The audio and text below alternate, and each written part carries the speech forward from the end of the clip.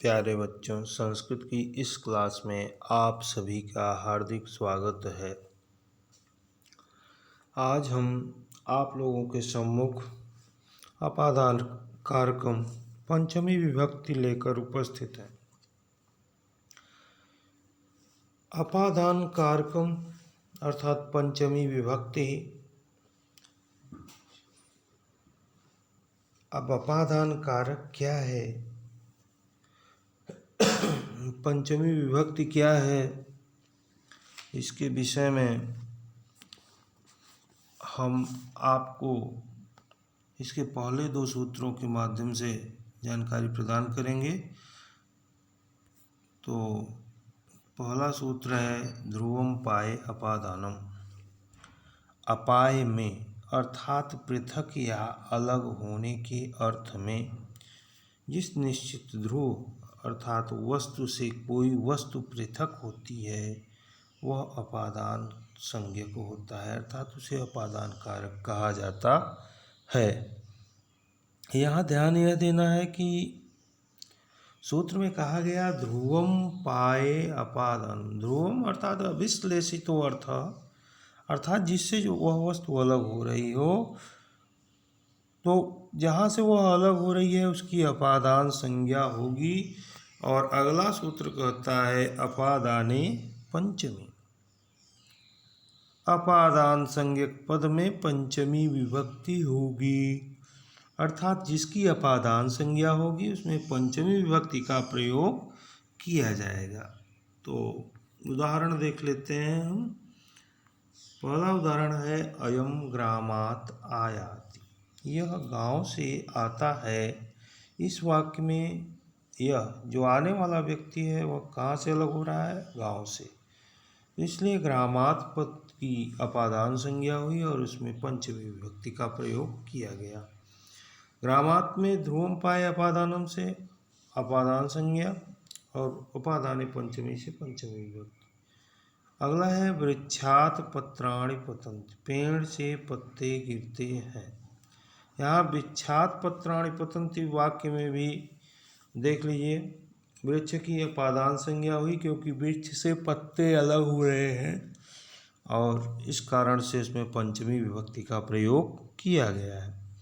भीत्रार्थानाम भय हेतु। भी अर्थात डरने, भय और त्राण अर्थ वाले अर्थात त्राण अर्थात रक्षा करने अर्थ वाली धातु एवं इनकी समानार्थक धातुओं की हुए भय का हेतु अपादान संज्ञक होता है, अर्थात जिससे भय होता है उसकी संज्ञा अपादान होती है।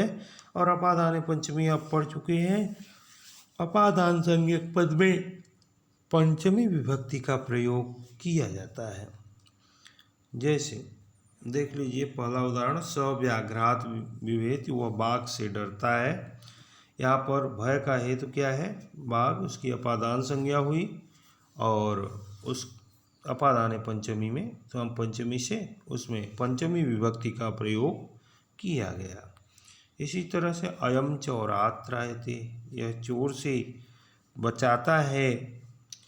इस वाक्यों में यहाँ पर इस वाक्य में भय का हेतु रक्षा का कारण क्या है,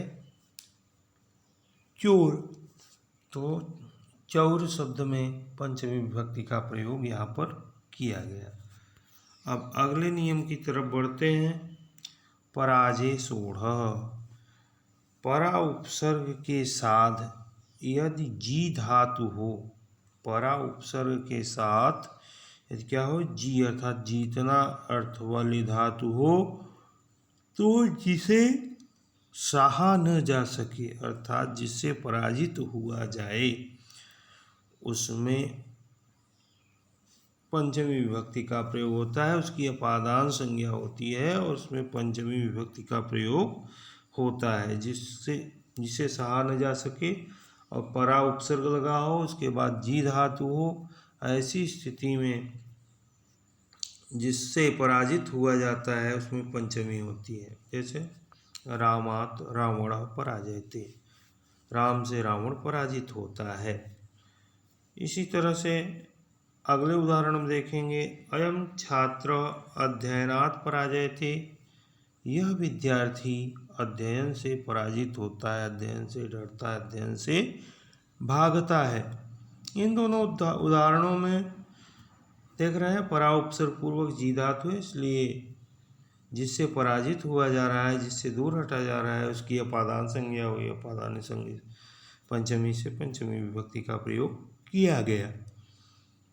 अगला सूत्र है वारणार्थानाम ईप्सितः।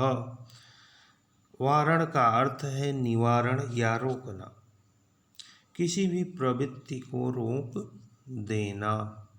वारण अर्थ वाली धातु के प्रयोग में ईप्सित वस्तु की, अर्थात जिस वस्तु को वह चाह रहा है,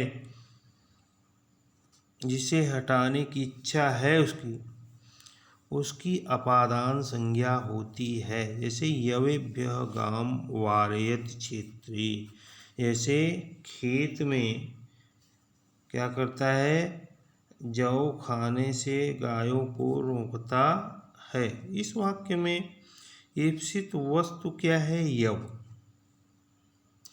तो इस तरह से यव की अपादान संज्ञा हुई और अपादान पंचमी से उसमें पंचमी विभक्ति का प्रयोग किया गया। अगला सूत्र है आख्यातोपयोगी च। इसकी संस्कृत व्याख्या है नियम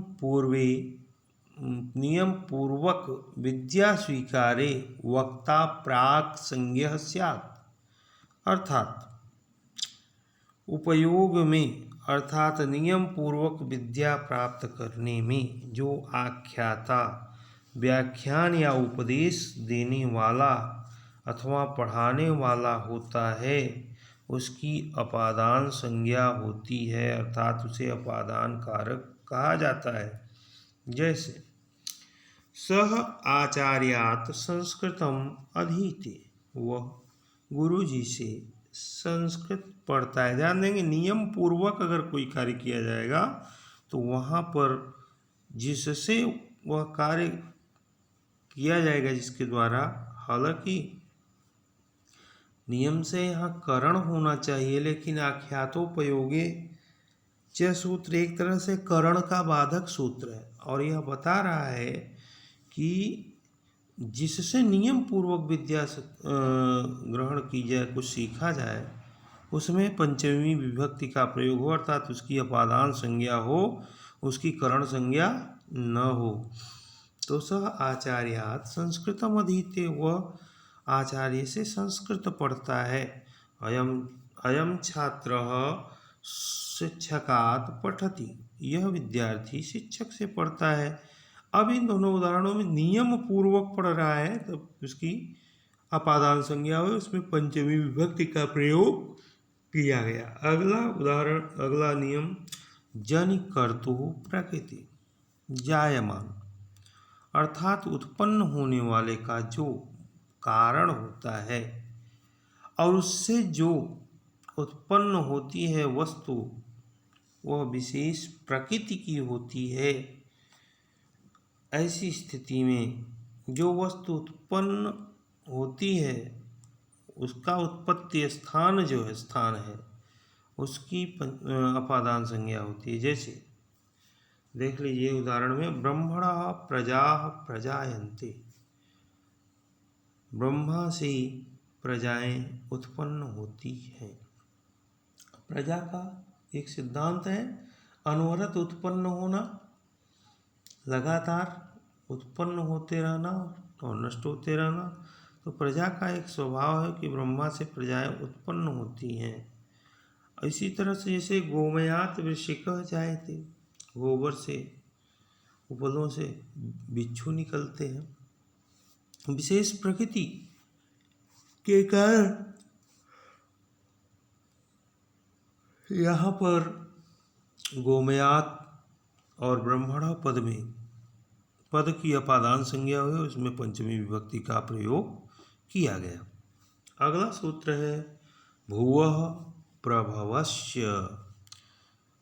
भू धातु की योग में प्रभव उत्पत्ति स्थान अपादान कारक होता है, अर्थात उसकी अपादान, अगर भू धातु है और कोई वस्तु उस स्थान से उत्पन्न हो रही है, निकल रही है, तो वहाँ पर उसकी अपादान संज्ञा हो जाएगी। और अपादान पंचमी से पंचमी विभक्ति का उसमें प्रयोग हुआ, जैसे हिमालयात गंगा प्रभोत, यहाँ पर प्रउपसर्ग पूर्वक भू धातु से भवती भवता भुवंती रूप चलता है। तो यहाँ ध्यान देंगे हिमालय से गंगा उत्पन्न होती है। इस वाक्य में भुआ प्रभोश्च सूत्र से हिमालयात पद में पंचमी विभक्ति का प्रयोग हुआ है। आगे देख लें, बिलात सर्प प्रभवति, बिल से सांप उत्पन्न होता है। अब इस उदाहरण में देखें, बिल से सांप उत्पन्न होता है, निकलता है। अब यहाँ पर भी प्रउपसर्ग पूर्वक भू धातु है, इसलिए भुआ प्रभोश्च सूत्र से बिल की अपादान संज्ञा हुई और उसमें अपादान पंचमी से पंचमी विभक्ति का प्रयोग किया गया। तो प्यारे बच्चों, आशा है कि आप लोगों को ये अपादान कारक का फर्स्ट पार्ट का जो वीडियो मैंने बना दिया है, मतलब पूरा वीडियो तो एक साथ नहीं बन सकता है, लेकिन मैंने आधे सूत्रों की लगभग व्याख्या इस वीडियो में की है। तो आपको व्याख्या आशा है कि ज़रूर समझ में आई होगी और अपना आप कमेंट ज़रूर दीजिएगा इस वीडियो पर।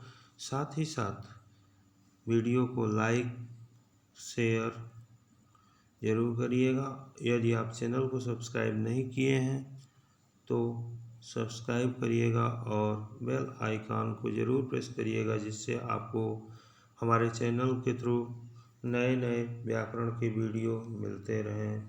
Thank you for watching this video.